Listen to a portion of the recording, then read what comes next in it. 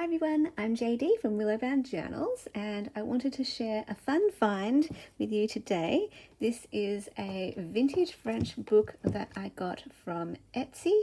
I favourite a whole bunch of different vintage French shops, and every time I go into Etsy you see these little notifications whenever the shops list new listings, and this was one of them.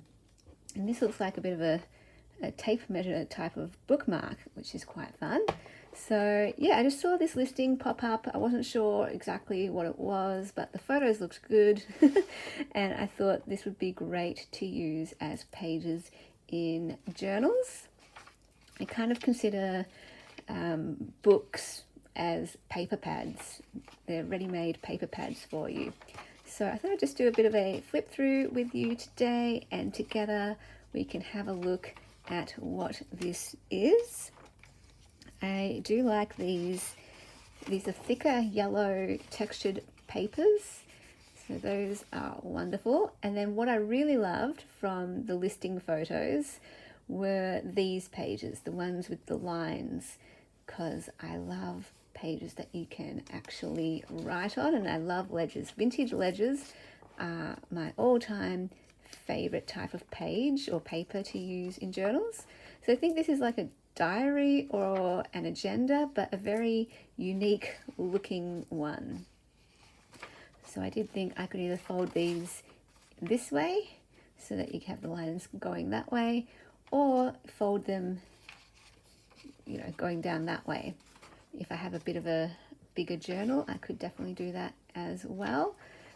And in between the months, I think they just have some other page types there, but I believe it's got every day for each of the months, so there's going to be a lot of pages, and every now and then it has these yellow papers as well.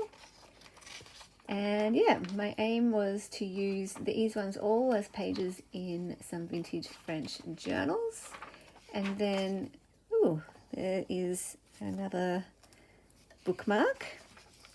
I don't even know if this one is a bookmark, but maybe we'll find out towards the end. And then all the other pages, the pages that don't have the lines, but have all the writing. I like all these random little illustrations as well. I thought like those could just be used for collage material. I can rip up those papers and do collage masterboards, or use them for backgrounds of tags and journal cards, or I can just use them as feature pages in vintage French journals. Just depends what is on each of those pages.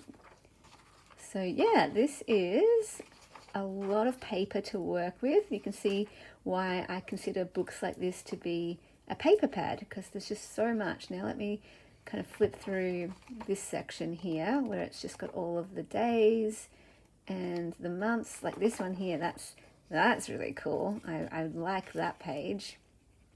I wonder if they all have that at the back. If I can just find that. Yeah, I like that. That's really fun. We're still at November. Where is... Keep going through. There's November, here's December. There we go. And here we have another beautiful lined page. Then we have these kind of interesting pages. These ones would be great just as is to bind into a journal, because you have this on one half, this on the other half of the signature. Lovely. Even pages like this I'd be happy just to bind straight into the journal, because they've got interesting layouts, interesting formatting. So all of these, yeah, I'd be totally happy either as pages in a journal or to use as backgrounds of tags, and can layer them with stickers and maybe some vintage French stamps. Very, very cool. I'm liking all of these pages at the back. And I can't quite remember which Etsy shop it was that I got these from, because I follow quite a few. It's either Diversities or La French Riviera. Those are the two main ones that I get vintage French goodies from. I think because they've got the most affordable postage from France to Australia. And some of them even have free delivery, some of the shops that I follow. Other ones are called Forever French, Souvenir de la France. I'm probably forgetting so many others, but every now and then I'll just go to Etsy and search vintage French ephemera, vintage French papers, documents, receipts, invoices, that kind of thing, and I'll just see what comes up. And it's, you know, every time it's a bit hit or miss what you find, but if you follow some shops that you know have affordable prices and affordable postage to your area, then it's great because you don't necessarily have to keep searching all the time. It will pop up with notifications whenever they list something, and that's often how I will find these random goodies. Like, I never knew something like this book existed. I've never seen anything like it before. And at the back we have got this giant map that folds out, so that is pretty cool. Let me see if I can fold that up again like so, and I guess this just, yeah, this is just attached, and not quite sure what the, yeah, maybe you cut it off and you use it as a measuring tape or something.